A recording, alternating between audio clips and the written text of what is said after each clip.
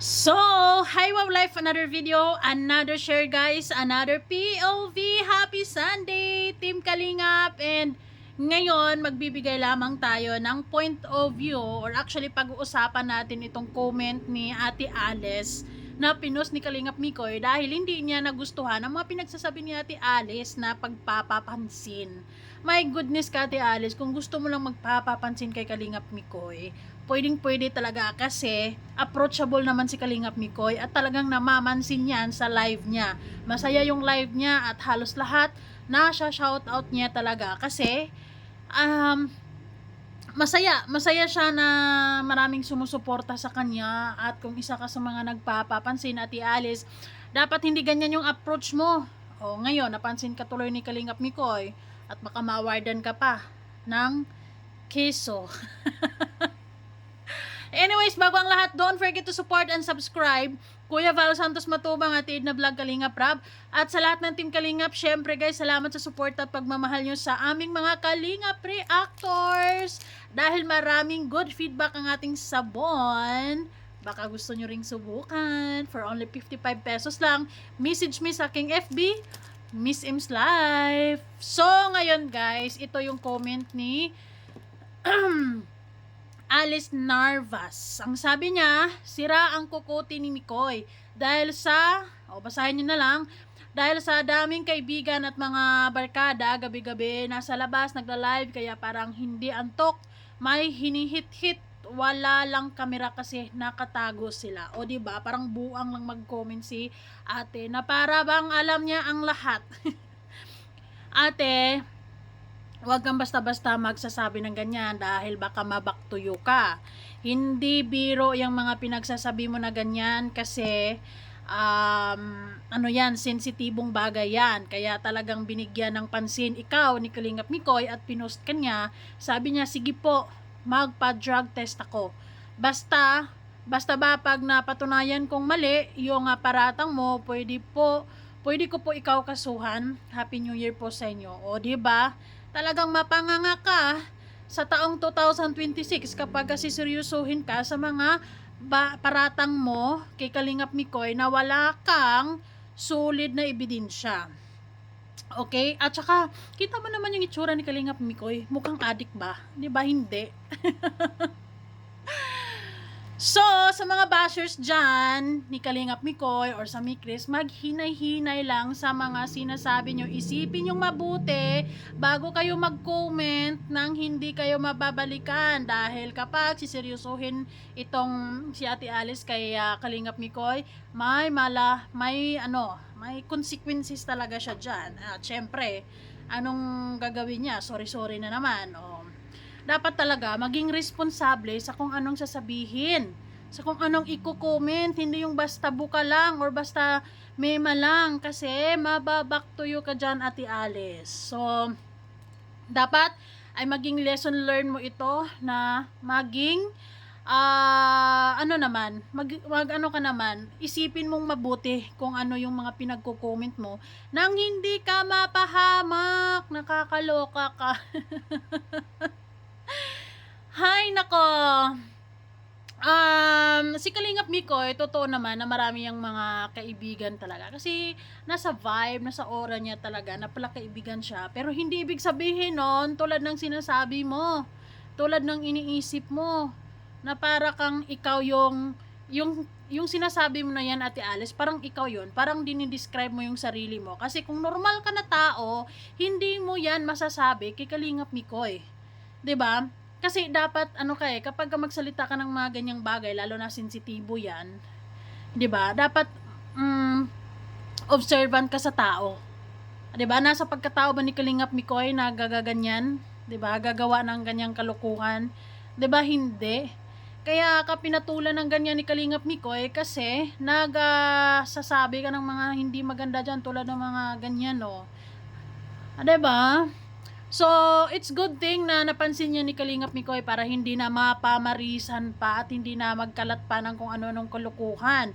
Dahil magtatago ka talaga kahit sang sulok ng bahay mo dyan Ate Alice kapag siseryosohin ka. Dahil nako, talaga naman Kaya mag-iingat sa mga sinasabi, guys. Kung hindi mo naman tipo yung tao, or hindi mo bias yung tao, hindi mo idol yung tao, hindi mo gusto yung pagmumukha ng tao, wag mo na lang pakialaman, 'di ba? Mag-focus ka sa life mo, Ate Alice, or kung sino yung ludi mo, doon ka lang. Wag kang kung ano-ano mga sinasabi, 'di ba? Ang pangit ng sinasabi mo, knowing na ang edad ni Ate parang nasa 50, 60s na. Ang tanda na niya para sabihin 'yan kay Kalingap Mikoy, 'di ba? Parang ano siya, tumatandang paurong. Walang ano, parang patandang walang pinagkatandaan. 'Yun yung problema ngayon sa ating sa mga bashers dyan, di ba? Dahil kung ano-ano lang mima na sinasabi at walang patunay. Dahil ate, kapag ikaw sineryoso at talagang nabaliktad ang pagkakataon na yan, nako, ikaw talaga ang masisiraan ng kukote. Dahil mahal pa naman ang bayad sa mga kaso-kaso ngayon, Diyos ko po, kaya mag-ingat ka. Buti na lang ay buti na lang ganyan, pinost ka lang ni Kalingap Mikoy. Kasi kung nataon pa sa ibang tao, ay nako, mas sad New Year ka talaga ngayong 2026. 'Di ba? Dahil talagang, well, hindi natin sure kung siseryosuhin ka talaga dyan ni Kalingap Mikoy, 'di ba? So, ipag-ano mo na lang, ipagdasal mo na lang na hindi siseryosohin ni Kalingap Mikoy yan, or baka pinos lang ito ni Kalingap Mikoy as a warning na nakikita o nababasa niya yung mga pinagsasabi mo na ganyan na pangit. 'Di ba? At hindi ka dapat nagsasabi o nagsasalita ng ganyan sa isang tao dahil sensitibong bagay yung mga pinagsasabi mo. 'Di ba? At sikat yung tao, kaya hindi mo dapat sasabihan ng mga ganyan kasi nakakaloka. At syempre bago ka magsalita dapat ng ganyan, dapat may katunayan ka, dapat may ebidensya. Kung wala, wag nang magsalita. At kung mima-mima mo lang yon, at kung gawa-gawa lang yan ng isipan mo, hallucination mo lang yung lahat-lahat ng mga kanigahan na yan, keep it. 'Di ba? Sa'yo na lang yan, Ate Alice. Huwag mong ipagkalat sa sokme dahil baka magising ka na lang. Nako. Well, sa bagay, yung mga ganitong kaso naman, billable naman yan. Kung may pera ka, sige, mang-bash ka. Kasi, di ba, kakahihiyan niya ni Kalingap Mikoy or kasiraan yan sa pagkatao niya at syempre, meron siyang iningatang pangalan dito sa Sokmed at hindi pwedeng sirain mo lang ng ganyan. Kaya mag-isip ka doble, triple, or 10 times bago mo sabihin yung mga ganyang bagay. Minsan talaga, kapag naging bitter ka sa success ng iba, hindi ka makapag-isip ng tama. O, tama ba yung sinasabi mo dyan, Ate Alice? Hindi nakaka-proud, di ba?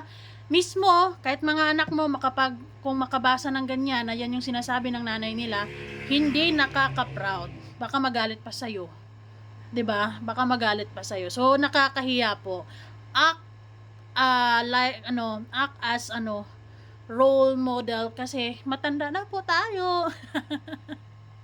'Di ba? Huwag basta mima-mima lang, no? Huwag pairalin yung bitter or inggit sa mga puso natin nang hindi mapapahamak.